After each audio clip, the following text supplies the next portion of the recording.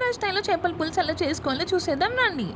ముందుగా ఆనియన్స్, పచ్చిమిర్చి, కరివేపాకు, కల్లుప్పు, పసుపు, మసాలా కారం, గొడ్డు కారం, అల్లం వెల్లుల్లి పేస్ట్, ఆయిల్, పచ్చి మామిడికాయ ముక్కలు, చింతపండు పులుసు ఇవన్నీ వేసుకొని బాగా ముక్కలకి పట్టేటట్లు కలుపుకోవాలి.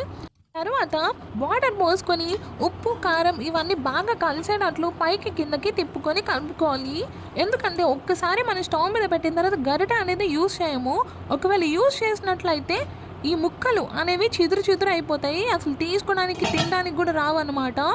అందుకని మేము ఇక్కడ అసలు గరిటె అనేది యూజ్ చేయకుండా ఎలా ఏ టెక్నిక్తో కుక్ చేసామో ఒకసారి మీరే చూసేయండి.